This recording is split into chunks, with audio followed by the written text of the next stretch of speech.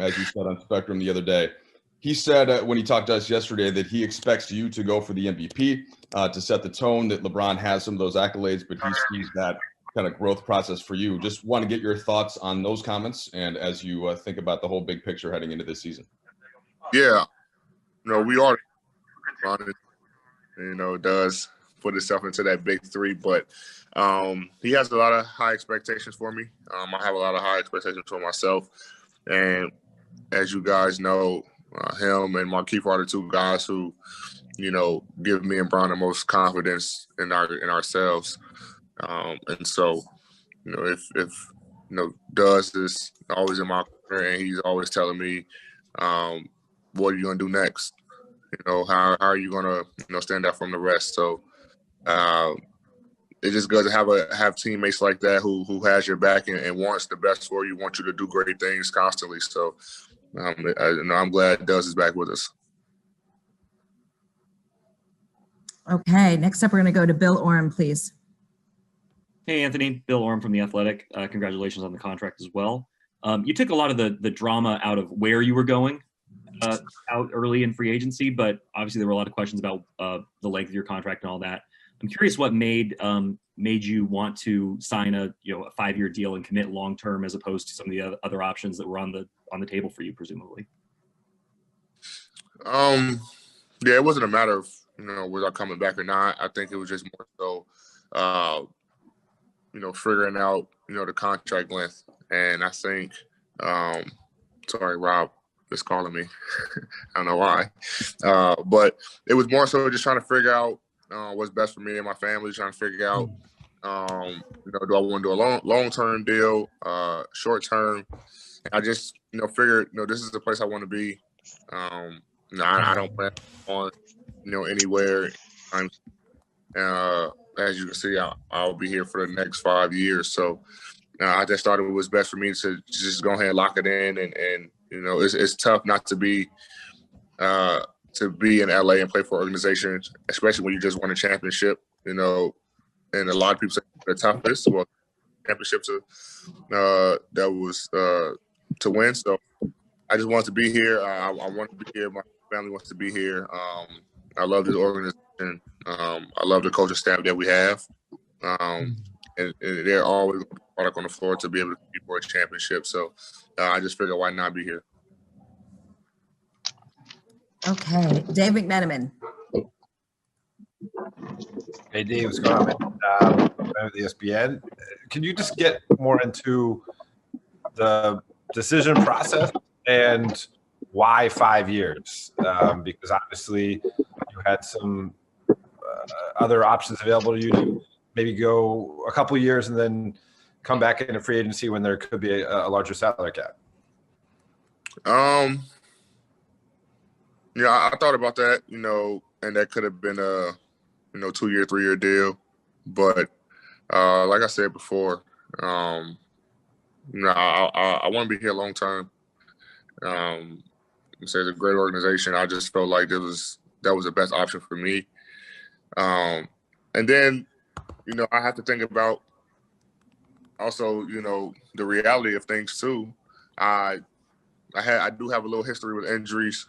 And a 2-year deal, you kind of bet on yourself. Do I get to that?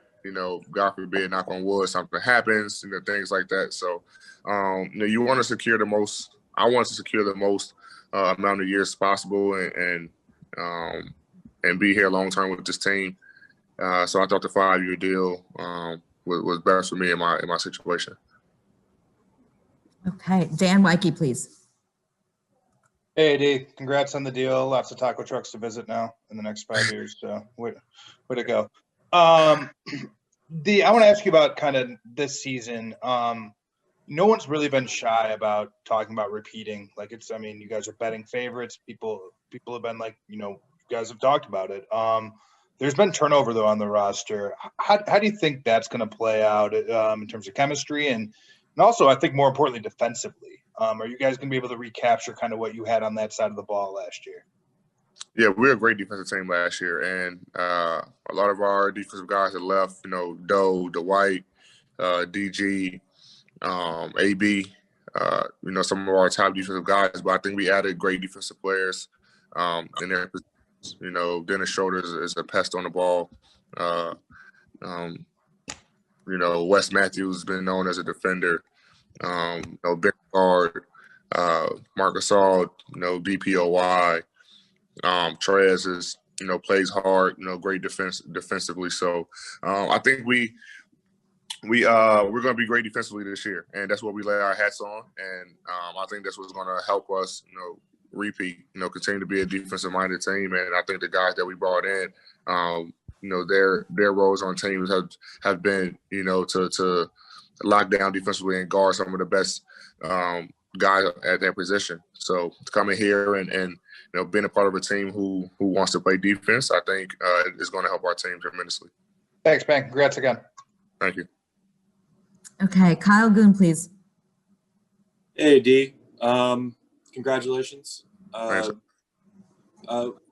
You talk about, you know, you want to be back in LA, and you were excited to have a long-term future with the Lakers. The 2-week span from the start of free agency to when you signed your deal, how did you kind of occupy your time? What was necessary about taking that length of time to consider your options, and are you kind of glad with the things that unfolded leading up to your 5-year deal?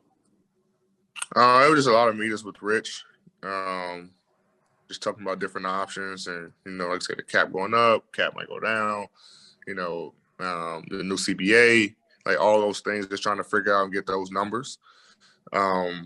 So that was really just, you know, me and him having back and forth conversation, you know, constantly about, you know, what it'll look like for, you know, each situation, each scenario, over that 2-week span. And then, you know, going out, you know, also, you know, looking at the team, you know, adding the addition that we added, and things like that. So that's really what it was. And then was able to make a decision from there.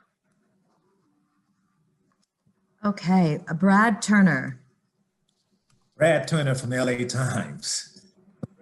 Contract, man. Thank you. Thanks, Brad. Look, other than winning the NBA championship, what other moments stood out for you? I think just the chemistry of the team, honestly. Like, I've been on a lot of teams. I've had a ton of teammates, and I think that this past year's team was the closest team I've ever been on. Like, the team that we had, that chemistry, you know, doing everything together on the road, you know, hanging out with each other in the bubble. I think that chemistry is what, you know, I love the most about our team. You know, 1 through 15, every guy likes each other. And that's something that's very rare on teams. You kind of have like little cliques here and there. But we were able to have all 15 guys buy into a system, buy into our chemistry. And that started all the way from day one when we were, you know, mini camp in Vegas. So I think that having that camaraderie with those guys was something special. And no, I enjoyed that most about that team. Okay, Mark Medina, please. Anthony, Mark Medina here, USA Today. Congrats on the deal. I hope you're hanging in there. Thank you, Mark. Hey, President Obama, when he and LeBron were chatting not too long ago, they had an exchange where Obama was saying to LeBron to let you do all the work, especially for first half of the season because of the tight turnaround and LeBron's age. I was wondering, how do you see that, and how do you and LeBron plan to tackle that, given, you know, you guys just won the title not too long? I mean, I am a lot younger than LeBron, so I can see why, you know, President Obama would say something like that. But how are we going to tackle it? I'm not sure. I mean, you know, we're going to talk with the coaches, talk with the training staff, you know, our individual trainers, and figure out the best way to approach this season. Obviously, you know, both of us, you know, we want to play.